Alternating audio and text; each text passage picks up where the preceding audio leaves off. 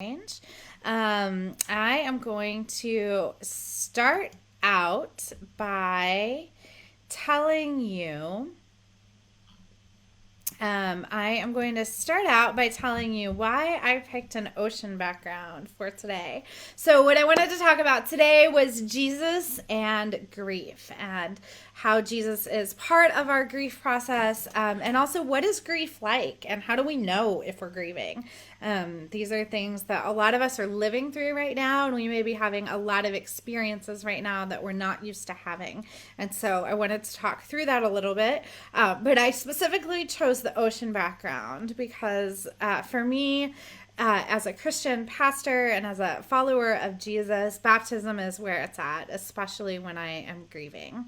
When I'm grieving, I tend to be really, really hard on myself, and I tend to beat myself up a lot about doing things or not doing things. Like when I'm grieving and it feels like there's an elephant sitting on my chest, and I am exhausted and overwhelmed and lonely, and everything is hard, and I can't get up from bed, I find my brain going, "You should get up. You should get up. Get up and do something. Get up and do the dishes. Get up and do laundry. Get up and play with your child." And I am so hard on myself when I am in the midst of grief. And for me, that being hard on myself I alleviate that. I can sort of get myself out of that brain cycle by going back to my baptism, by remembering that on the day of my baptism, I was marked with the cross of Christ forever. And by being marked with the cross of Christ forever, I can remember that Jesus says that I'm valid and that I am matter and that I am deeply, deeply loved, even if all I can do is lay on a bed and cry.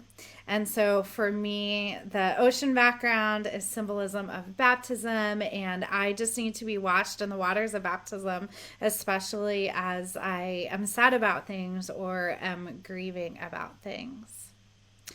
Grief is the process of creating a new normal. Grief is the process of creating a new normal.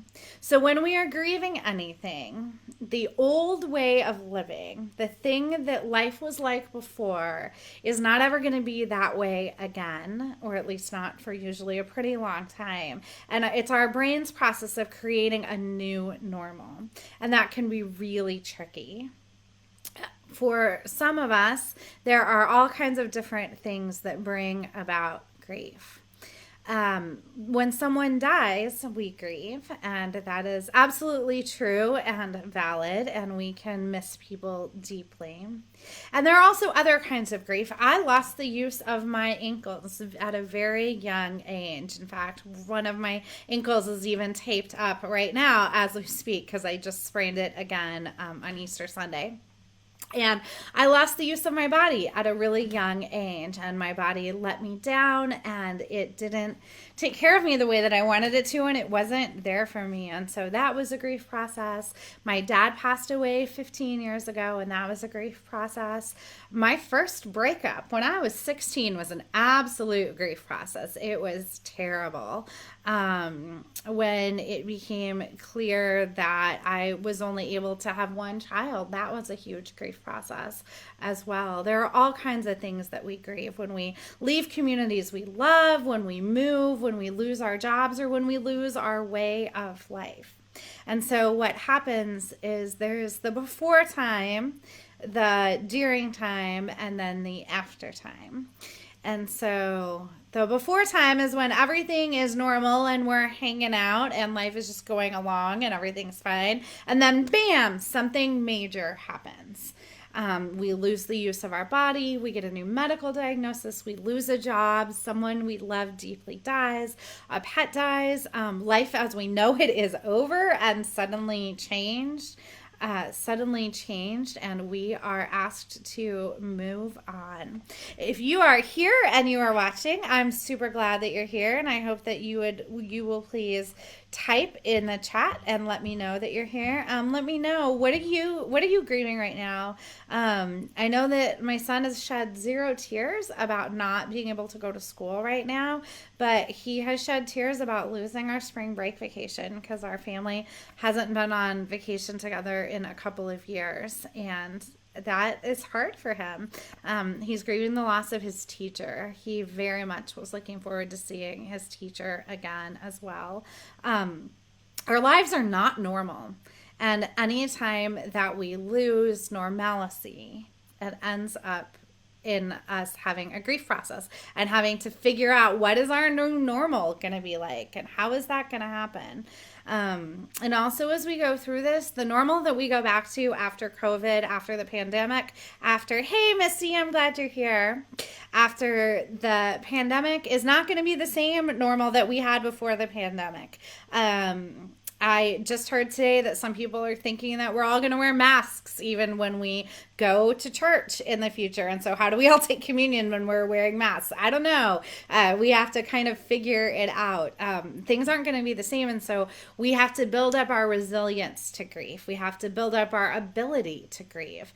We as Americans don't tend to do this very well. We don't have a lot of great cultural ideas around grief or procedures. We have you get 3 days and then you have to go back to work and that's it, which isn't really fair and isn't really how people work. And so I would invite you to think about this. Usually in the grief process, there is a period of shock.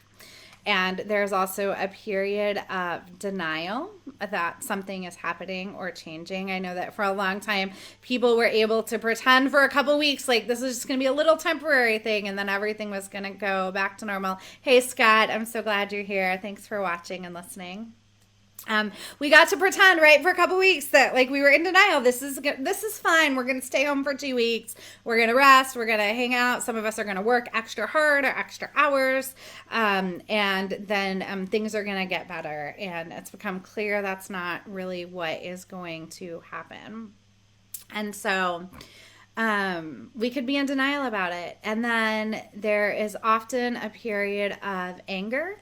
There is sometimes a period of bargaining. I know I feel angry and I want to blame people and things. I want to say, if only so-and-so had done this, we wouldn't be in this situation. If only people in this position of leadership or that position of leadership had done something. If only we hadn't tied healthcare to employment, then people as a society would have been a whole lot healthier and would not have gotten nearly as sick. And our hospitals wouldn't be so overrun taking care of people at the very last minute, because I have lots of friends who said, yeah, I didn't go to the doctor because I couldn't afford to go to the doctor.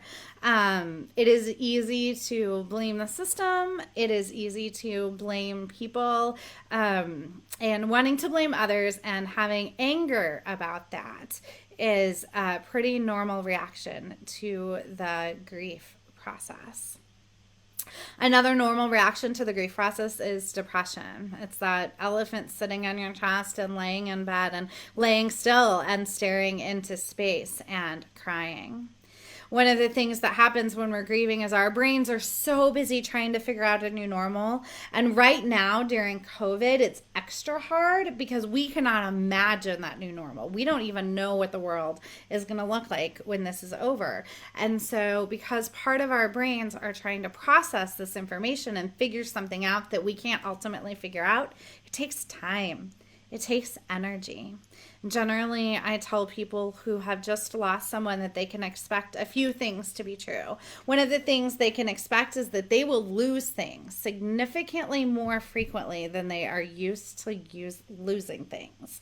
They will lose their keys. They will lose clothes. They will lose things, even if they'll lose their shoes, even if people who are super organized and don't have any executive skill issues and are always know where their stuff is in this particular situation, people are likely to frequently lose things. So that's one of the things that happens. The other thing that happens is it's really hard to make decisions. I know that for me personally, I'm struggling to decide what to eat every day. And I have to make that decision 3 times a day because I'm not in the normal places doing my normal things where some of those decisions get made for me. And it is normal to have trouble deciding what to eat, deciding what to wear. when we are in the midst of grief. It is also really normal to not understand why you are feeling what you're feeling. It is normal to be extra angry with the people that you live with, or have your fuse be extra short. You don't have as much patience, and you don't have as much care and compassion for others, because part of your brain is just trying to figure out, like, what is going on. Even if we're not aware of it, our brains are going, oh my goodness, what does this mean, and what in the world am I going to do about it? And even if we're not consciously thinking of it, there's always that little section of our brain that is trying to figure that out, that is thinking about that. And so that's why it gets hard to do things. It gets hard to find energy. And so I would encourage you, if you're in that moment, to relax into the grief. Here's the thing about Jesus. Jesus is the Son of God. Jesus is divinity on earth. It took Jesus 3 days, 3 days, to go from death to life. It took the Son of God, God on earth, 3 days to go from death to life. This is really important because I don't know where we get off as mere mortals thinking that we can go from death to life, from a major event and some kind of grief to a new normal in less than 3 days or 3 months or even 3 years or even sometimes 30 years, depending on the amount of the trauma and how much of the processing you have been able to do. It took Jesus, it took God on earth 3 days to go through this process. And so we need to give ourselves a break, y'all. We are tired. We are struggling. Most of us are doing the absolute best we can. And sometimes the best we can do is lay in bed for an hour and stare at the ceiling and do nothing. And that's okay. Because you know what? We were baptized, and we were baptized to be children of God. Some of us were. I don't know that everybody watching is in that situation. But I know that I was created by God. Certainly, I believe that everybody was created by God, by whatever name you might know God. But in my baptism is where I find comfort, knowing that Jesus says I'm valid. Jesus says I count. Even if I just lay here and do nothing, and I cannot be productive at all because I am deeply grieving whatever is going on in the world or in my life, I know that Jesus is here with me. And the other thing that we want to remember about Jesus and grief while we are doing our grief work of finding our new normal is a couple of important things. The first thing is we need to remember that Jesus also experienced grief. We need to remember that when Jesus' friend Lazarus died, he cried about it. We need to remember that Jesus asked God in the garden when he was praying to let the cup pass from him, and then ultimately accepted God's will. But he went through a bargaining phase. He went through a denial that death was what God was calling him to do, or the world around him was requiring of him at that moment. And so we have to remember when we are grieving, even if we're laying in bed doing absolutely nothing, that Jesus is there with us. Jesus is loving us. Jesus is caring for us. Jesus is laying there with us, beside us, holding our hand and crying, because Jesus got to be human. Jesus got to be human. The thing about it is, the thing I love about Christianity, the thing I love about God and Jesus is, God decided to become human. And I don't even know why, because human life is hard, y'all. Like, we got to get our own food. We got to build our own shelter. We got to take care of our kids for like 18 years or longer, depending on the economy and their ability to get jobs and afford housing and stuff like that. Being human is hard. And we have a God who loves us so much that God wanted to experience being human. God wanted to experience the grief of Jesus losing his friends. God wanted to experience the grief of the pain on the cross. God wanted to experience the grief of the pain in the garden. So Missy, yeah, thank you. I'm glad that you ended up finding this video and that we could be here for you. I'm so sorry that you have lost your husband. That is hard. And yeah, all alone abruptly. It is so hard when we are alone. And the thing I remember when I'm alone, thanks, my background's all about baptism and about Jesus being with us, even when things are hard and we feel all alone. If we're baptized, we know that we belong to God forever and ever, even if things are hard and we can't do anything.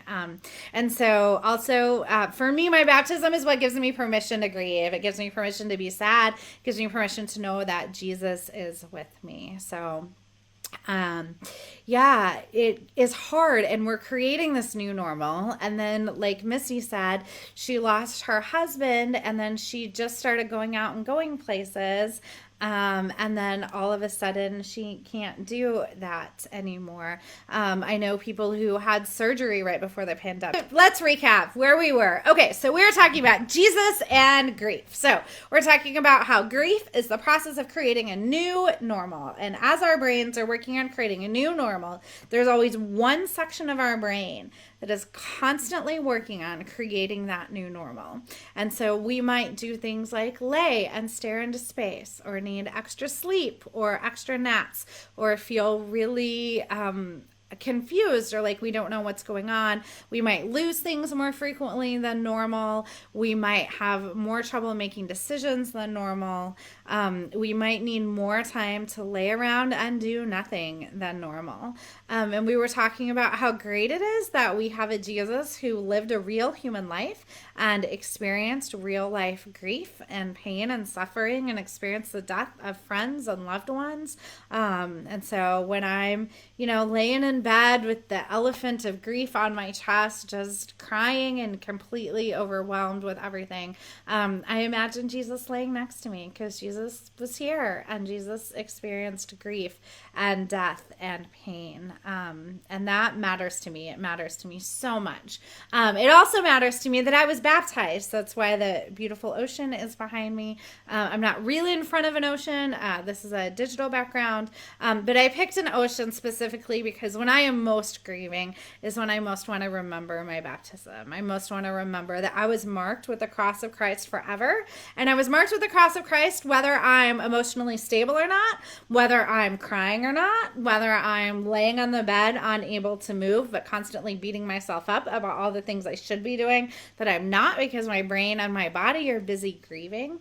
Remember that grief is a full body experience. Our brains grieve, our bodies grieve, our spirits grieve, our whole beings grieve. And so we are baptized, and because we are baptized, and because we know that Jesus loves us, we know that we don't have to go through all of that grief process alone. I may try a different program next time. But I think, are you all still here? Missy, are you still with me? Are you still listening and enjoying this?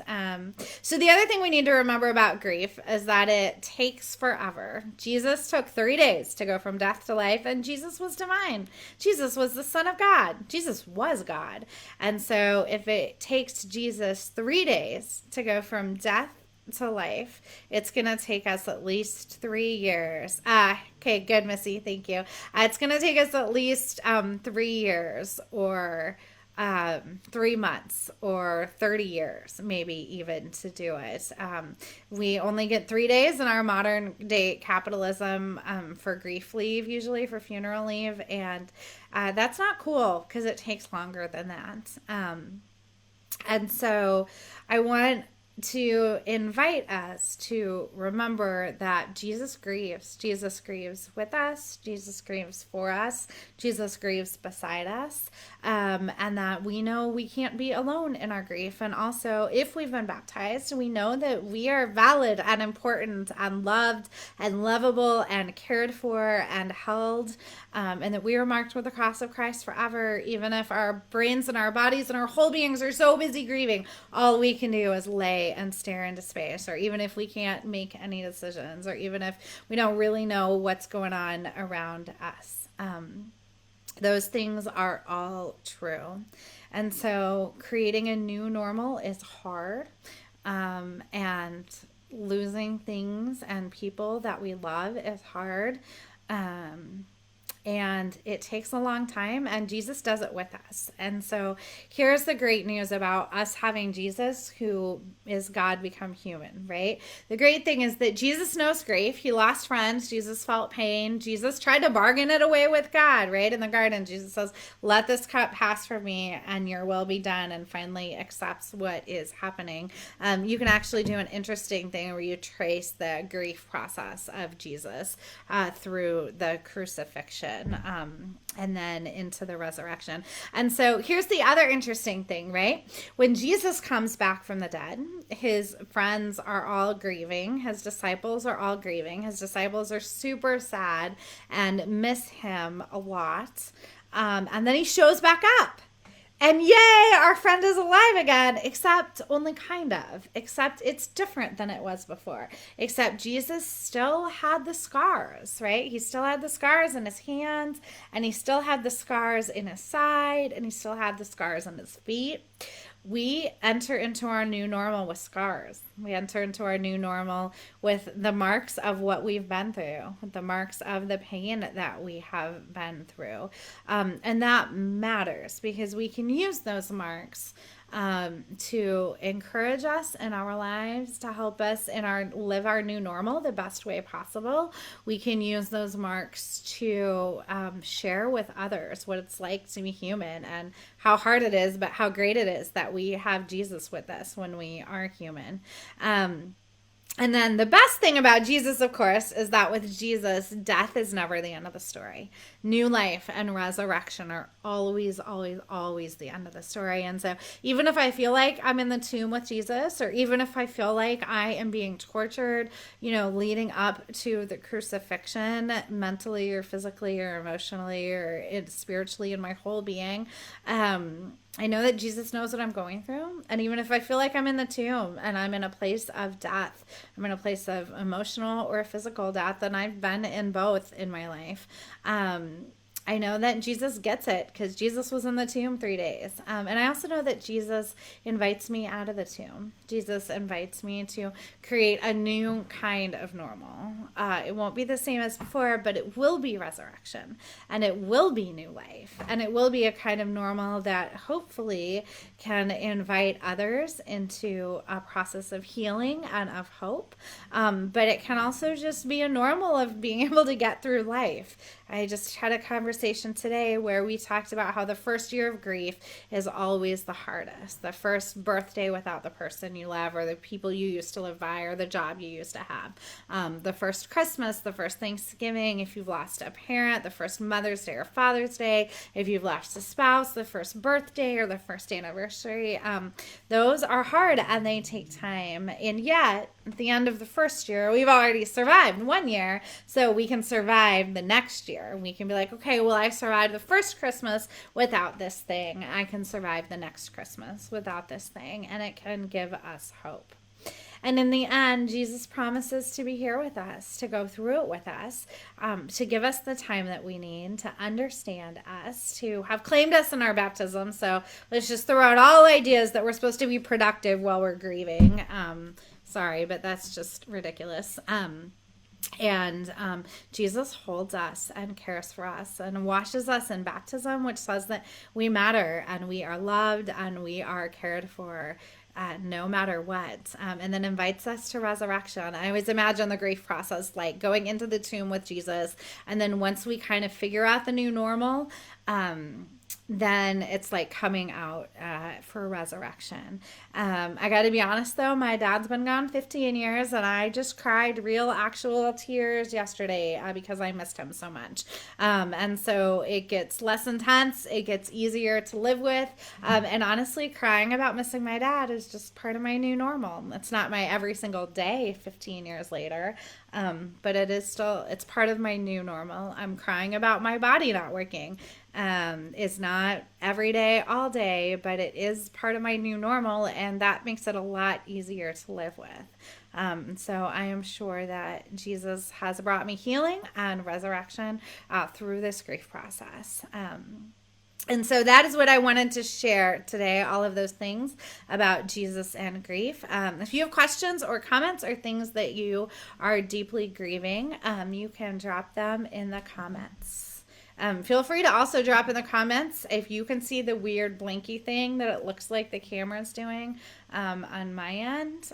I have no idea what to do about that, but I will figure it out before next week. So it is Facebook Live Wednesday. Feel free to also suggest topics for future Facebook Lives. And thank you for those of you who hung in with me and found the second half of the video. So I will wait a few minutes and see if people have comments. And I will also be praying for you, Missy. I know that is such a hard thing right now. I don't know who else is here, but I will be praying for you. You're welcome. Any questions? Any comments? Okay, thank you all for coming to my one day at a time. Yep, Missy, that's right. One day at a time, right? Like, listen, it took Jesus 3 days and he was divine. He was God. So it can take us many years to figure out our new normal. So my prayers and blessings go out to you and to everybody else watching. And I would invite you to remember your baptism when you are in the midst of grief, and remember that Jesus promises new life and resurrection. Amen.